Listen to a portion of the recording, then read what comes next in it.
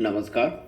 आपका बात 25सी में स्वागत है और बात 25सी में आज हम बात कर लेते हैं बैटल्स ऑफ नैरेटिव, यानी कि जो कथानक युद्ध है जो देश में चल रहा है, बड़े ही लंबे समय से चल रहा है, लेकिन पिछले 6 7 8 सालों से उसने एक विशेष गति, एक विशेष दिशा, एक विशेष दर्शन उसने पकड़ लिया है और उसके आधार पे ही चल रहा है। तो आप देखिए कि द कश्मीर फाइल्स फिल्म आई 1980 के दशक में, या कि 1990 में, या उससे पहले किस तरह से पलायन हुआ, किस तरह से जो है वो वहाँ पे सप्रेशन हुआ, मारा पीटा गया, जो है वो कश्मीरी हिंदियों के साथ क्या कुछ होता रहा, एक लंबे समय तक होता रहा।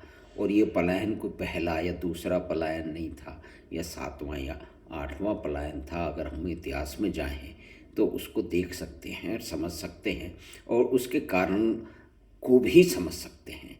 लेकिन इस पूरी घटना को, एक पूरी त्रासदी को, इसके होने पे और इसके होने के कारणों पे, इसमें जो मुख्य विलन हैं उन पे कभी कोई ध्यान नहीं दिया गया, क्योंकि सरकारें और देश के संविधान से तथाकथित रूप से संविधान से चलने वाले लोग और दल और बड़े बड़े पत्रकार और बड़े बड़े विद्वान इसको एक दूसरी नज़र से देख रहे थे। उन्होंने कहा ये तो एक छोटा मोटा संघर्ष है और कोई ख़ास बात नहीं है, इसको बड़ा चढ़ा के दिखाया गया है और इसके लिए एक व्यक्ति जिम्मेदार है। तो और ये कहा गया कि इस बैटल ऑफ नैरेटिव्स में कि ये द कश्मीर फाइल्स जो है ना, वो बिल्कुल बेकार एक भड़काने वाली फिल्म है। और कुल मिला के जो पुराने, जो भूल गए हैं, ये जो जख्म हैं, जो कि घाव हैं, उनको कुरेदने की एक कुत्सित प्रयास भर है इसके बनाने वाले का और इसके देखने वाले का। और इससे कुछ नहीं होने वाला है, ये देश के वातावरण को ख़राब करने की बात है। तो द कश्मीर फाइल्स के बीच में और बात में, जो कि बहुत सारे जो है वो इंसिडेंट्स हैं और लोग हैं, उनके अनुभव हैं, और बहुत सारी किताबें भी आई हैं, सब बहुत कुछ छपा है, बहुत कुछ नहीं भी छपा है, उस पर आधारित है। तो उसको तो ये बताया गया कि पुराने घावों को भूल जाना चाहिए, पुरानी घटनाओं को भूल जाना चाहिए, उसी में समाज का भला है, उसी में देश का भला है, उसी से सामाजिक सौहार्द जो है वो स्थापित रहेगा और आगे बढ़ेगा और सब लोग भाई भाई की तरह रहेंगे और वगैरह वगैरह। तो एक घटना जो कि 1980 के दशक में हुई, पहले से भी हो रही थी, उसकी एक पूरी हिस्ट्री है, लेकिन चलिए मान लेते हैं कि 1990 में हुई, यानी कि आज से करीब 32 साल पहले हुई।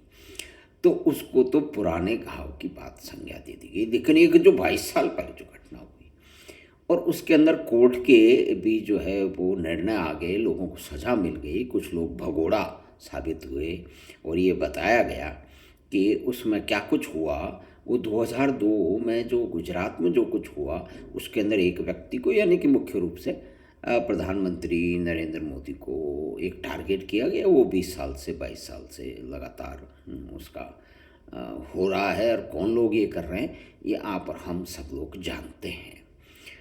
तो उसके ऊपर एक बीबीसी ने, जो कि जिसको कह सकते हैं कि बकवास ब्रॉडकास्टिंग कॉरपोरेशन, हमें तो बचपन में याद है कि हम बीबीसी की खबरें सुनते थे और उस समय एक ये मुख्य कारण था और हम इस बात को गर्व करते थे कि हमारे पास एक पुराना रेडियो था, उसको हमने पता नहीं कैसे हिला डुला के साफ़ करके ठीक कर लिया था और उसमें बीबीसी भी की खबरें सुन के हम सबसे आगे रहते थे। इस तरह का हमें भ्रम रहता था। तो चलिए वो तो एक अलग समय की बात हो गई, लेकिन ये जो बकवास ब्रॉडकास्टिंग कॉरपोरेशन है, इसने कोर्ट के नियम को धता बता के, अच्छा, इसके जो झंडा लेकर के इसमें जो निकल पड़े हैं, ये वो लोग हैं जो संविधान संविधान संविधान बांग देते रहते हैं। यानी कि आप देखिए कि 370 का विरोध करने वाले लोग भी संविधान की बांग देते हैं। शाहीन बाग के जो सूरमा है वो भी संविधान की मांग देते हैं। देश में जो जो दिल्ली में दंगा फसाद हुए उसको भी संविधान की बांध देते हैं। और सबसे बड़ी तो बात ये है कि देश के अफजल हैं, हम शर्मिंदा हैं कहने वाले लोग, और ये वामपंथी और जनयोग के जो लोग हैं वो भी संविधान की चिंता में पतले हुए जा रहे हैं। और वो ये कह रहे हैं कि ये बीबीसी की जो फिल्म है ये बड़ी नायाब फिल्म है, इसे दुनिया को देखना चाहिए, इसको समझना चाहिए, इसे हम देखेंगे। यहाँ की यूनिवर्सिटी में और कॉलेज में एक उग्र छात्र दल हैं जो कि वामपंथी विचारधाराओं से और उनके साथियों से संचालित और प्रभावित हमेशा से रहे हैं। उन्होंने कहा है कि अगर ये हमने नहीं देखा तो कोई मतलब ही नहीं है, देश में स्वतंत्र नहीं है, देश में जो है फ्रीडम ऑफ एक्सप्रेशन का जो है ना वो कुछ नहीं है, सब खत्म हो चुका है। यानी कि कश्मीर की बात तो उसमें घाव खोजने की और निचोड़ने की और घावों को ताज़ा करने की कुत्सित प्रयास था। लेकिन 2002 की सारी बातचीत जिसमें लोगों को सजाएं मिल चुकी, लोग भगोड़ा घोषित हो चुके और कोर्ट ने भी अपने निर्णय दे दिए, कोई भी निर्णय दे दिया, लेकिन ये संविधान परस्त लोग ये बड़े परेशान हैं। ये कहते हैं कि नहीं ये तो हम देखेंगे। और सांसद लोग भी हैं, सांसद हैं जो कि उसका लिंक साझा कर रहे हैं, ये भी संविधान की बड़ी चिंता करते हैं। देखिए बंगाल की एक नेत्री हैं, वो संविधान की बड़ी चिंता करती हैं। वहाँ पे कुछ कुछ पता नहीं क्या क्या होता रहा है 45 साल से, उसकी उन्हें कोई चिंता नहीं है। लेकिन ये जो बीबीसी की डॉक्यूमेंट्री है जो कि बिल्कुल अफवाहों पे आधारित है, जो कि उस कालखंड में जो लोग इस एक प्रयोजन में, एक एजेंडा में लगे हुए थे, उन्हीं की बातचीत और उन्हीं के निर्णय पे आधारित है, उसे वो देखना चाहती हैं। और बहुत सारे जो युवा हैं उनमें भी, क्योंकि ये वामपंथी लोग और इनके गुरु घंटाल जो हैं वो यूनिवर्सिटी और कॉलेज में काफ़ी एक्टिव हैं, तो इस तरह का कीड़ा उन्होंने वहाँ पे छोड़ दिया है। तो अभी कुछ दिनों पहले जयपुर लिटरेचर फेस्टिवल में बड़े लंबे समय बाद जाना हुआ, उसमें एक जो अंतिम बहस थी उस सेशन की, उसको हमने सुना। तो उसके बारे में कभी कुछ मित्रों के साथ चर्चा करेंगे। लेकिन वहाँ भी जो युवा लोग थे वो बड़े ही मुखर थे कि स्वतंत्रता के क्या मतलब है जब हम बीबीसी की जो है ना ये नहीं देख सकते। तो ये बात तो सही है कि इसमें कोई रोक वोक लगानी नहीं चाहिए थी, क्योंकि ये बकवास है, कूड़ा करकट है, और ये कूड़ा करकट रोक नहीं सकते आज के समय में आप। तो आपने ज़बरदस्ती जो है ना इसको बैन किया, कोई ज़रूरत नहीं थी। ये कूड़ा करकट जो है ना पहले भी फैला था, आज भी फैला है, उसका कोई फर्क नहीं पड़ता। लेकिन इसी श्रृंखला में हमें ये बताया गया कि एक बहुत ही सेकुलर फिल्म आ चुकी है, उसका नाम पठान है। तो ये जो इसकी कथा वस्तु है, देखिए फिल्म देखने का कोई भी मूड नहीं है, बहुत दिन हो गए फिल्म नहीं देखी, और जिस तरह की फिल्में बनती हैं उन्हें देखना बड़ा एक मुश्किल का काम है। अब मुझे तो याद भी नहीं कि थिएटर में जाके पिछली फिल्म कौन सी देखी थी, मुझे याद करना पड़ेगा। कश्मीर फाइल तो हमने देखी थी और उसमें लोगों का जो उत्साह और लोगों का रिएक्शन भी देखा था, लेकिन उसके बाद में अवतार वगैरह देखिए, वो तो हॉलीवुड की फिल्म है ना, तो उसको छोड़ दें। तो पठान के बारे में एक प्रोपगेंडा किया जा रहा है और बहुत सारे लोग जो है ना वो मुफ्त टिकट भी बांट रहे हैं। उन्होंने कहा कि सेकुलरिज्म का झंडा दोबारा से देश में प्रवाहित कर देगा ये फिल्म है, लेकिन इसकी कथा वस्तु बड़ी ही विचित्र है।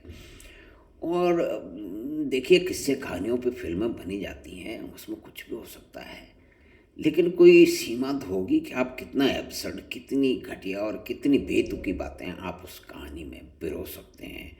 और फिर उसको मल्टी स्टारर है, ठीक है, शाहरुख खान साहब है, तो मुझे यहाँ बताने में कोई संकोच नहीं है कि बड़े जब इनका आरंभिक दौर था बम्बई में, और जब ये फौजी से प्रसिद्ध हो करके शहीद मिर्ज़ा ब्रदर्स के कंधों पे सवार होके बम्बई पहुँचे थे, तो इनका एक दिन भर जो है ना एक स्टूडियो में इंतज़ार किया गया। और लेकिन ये फिल्म में काम करने से पहले ही बड़े स्टार बन गए थे बहुत सारे कारणों से, तो उन्हें एक शूटिंग के दौरान थोड़ा सा परिचय मिलने का मौका मिला है। लेकिन वो एक इतर बात है, जो आजकल हो रहा है उससे कुछ उसको उस समय के शाहरुख खान और आज के शाहरुख खान में बड़ा फ़र्क है। तो उन्होंने एक कहानी बुनी है जो बड़ी विचित्र है। एक भारतीय सेना का या कि सेना से परेशान एक है जिम कारतूस, जो देश को बर्बाद करने यानी कि भारत को बर्बाद करने में के आयोजन प्रयोजन में लगा हुआ है। कोई षड्यंत्र कर रहा है, कोई विषाणु वो छोड़ देगा और उससे देश बर्बाद हो जाएगा, लोग मर जाएंगे वगैरह वगैरह। लेकिन इससे भी बड़ी विचित्र बात यह है कि उसका सामना करने के लिए इस विषाणु से और इस जिम कारतूस से भारत को बचाने के लिए एक आईएसआई की एजेंट, जो कि दीपिका पादुकोण, सुश्री दीपिका पादुकोण ने जिसका महान किरदार अदा किया है, वो अवतरित होती हैं। और पठान साहब तो हैं ही, है ना। तो ये दोनों मिलके आईएसआई के एजेंट के साथ में देश को बचाते हैं। मतलब ये कथानक की कोई अंतहा तो हो, कोई मतलब भाई छोड़ी जाए तो कितनी की लंबी छोड़ी जाए, मतलब कोई वास्तविकता तो हो। आईएसआई इस बात के लिए प्रसिद्ध है कि वो लगातार भारत के विरोध में एजेंडा में लगी रहती है। ये शाहरुख खान साहब का एक दोस्त है टोनी असाई, जो कि चंडीगढ़ के आर्किटेक्चर कॉलेज से उसने आर्किटेक्चर किया है और फिर उस JKLF ने उसको फंड किया, ऐसा बताया जाता है। और अमेरिका में जाकर के उसको बस गया।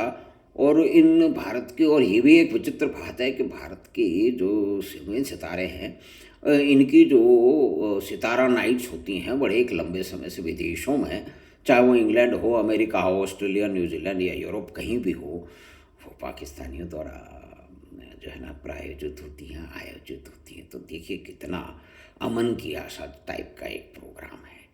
तो ये फिल्म भी अमन की आशा टाइप में, उसमें ये है कि देखिए आईएसआई की एजेंट भारत के जो है ना, भारत के ही किसी विद्रोही, और वो भी एक सैनिक या एक भगोड़ा सैनिक या कि इसी तरह का कुछ है, उससे बचाने में लगी हुई है। तो वाह क्या बात है, इस बात पे तो कमाल हो गया है।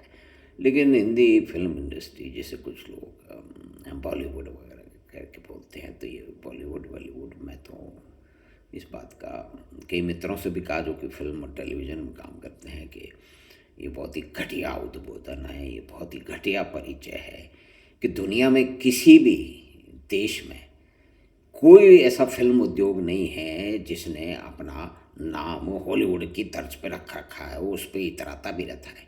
तो चलिए ये तो एक अलग बात हो गई, यानी कि बैटल ऑफ नैरेटिव्स चल रही है। ये एक नया नैरेटिव आया है कि आईएसआई के एजेंट भारत की मदद करेंगे, भारत को बचाएंगे किसी उपद्रवी से, किसी विषाणु फैलाने वाले जो है आतंकवादी से, जो कि कभी भारतीय सेना से उसका कोई संबंध था, ऐसा बताया गया है। मैंने फिल्म नहीं देखी है, मैंने कई उसके बारे में विचार सुने हैं और वहीं से ये सब कुछ पब्लिक डोमेन में, तो मैं कोई नई बात नहीं कह रहा हूँ। लेकिन ये फेक नैरेटिव का ज़माना है, उसके कारण बहुत सारे हैं। चाहे पठान का फेक नैरेटिव हो, जो कि बड़ा अजीब है, आप देख लीजिए कथा वस्तु क्या है, मुख्य बिंदु क्या है, जो कहानी का तंतु है वो क्या है। और दूसरी तरफ कश्मीर फाइल जो है ना, वो पुराने गांव को कुरेदने का कुत्सित कार्य करती हुई बताई जाती है, ऐसे हमारे विद्वान लोग बताते हैं। और श्रीमान अनुराग कश्यप इसमें मुख्य हैं, बाकी लोग तो उनके साथी हैं ही। और दूसरे जो है ना, वो बीबीसी की जो एक घटिया किस्म की, घटिया ब्रॉडकास्टिंग कॉरपोरेशन की जो एक डॉक्यूमेंट्री है, जिसमें एक पक्षीय जो है ना वो उसका वर्णन किया गया है, उसे किस तरह से भारत के वामपंथियों द्वारा उद्वेलित युवा और अन्य लोग और तथाकथित बुद्धिजीवी देखने के लिए उत्सुक हैं। उसमें कई मेंबर ऑफ पार्लियामेंट भी हैं और बहुत सारे लोग हैं जो कि देश के संविधान की चिंता में मरे जा रहे हैं, दुबले हो रहे हैं। तो हमने बात की 3 परिप्रेक्ष्य में बैटल ऑफ नैरेटिव्स की, यानी कि कथानक युद्ध की, देश में कथानक युद्ध चल रहा है। तो इस पे हम आगे भी फिर से बात करेंगे और हमें आशा है कि ये बातचीत आपको पसंद आई होगी। तो आप चैनल बात 25 को सब्सक्राइब करें और लिंक अपने मित्र और परिवार के साथ साझा करें। हम आपसे फिर शीघ्र मिलेंगे बात 25 की अगली बात में। धन्यवाद, नमस्कार।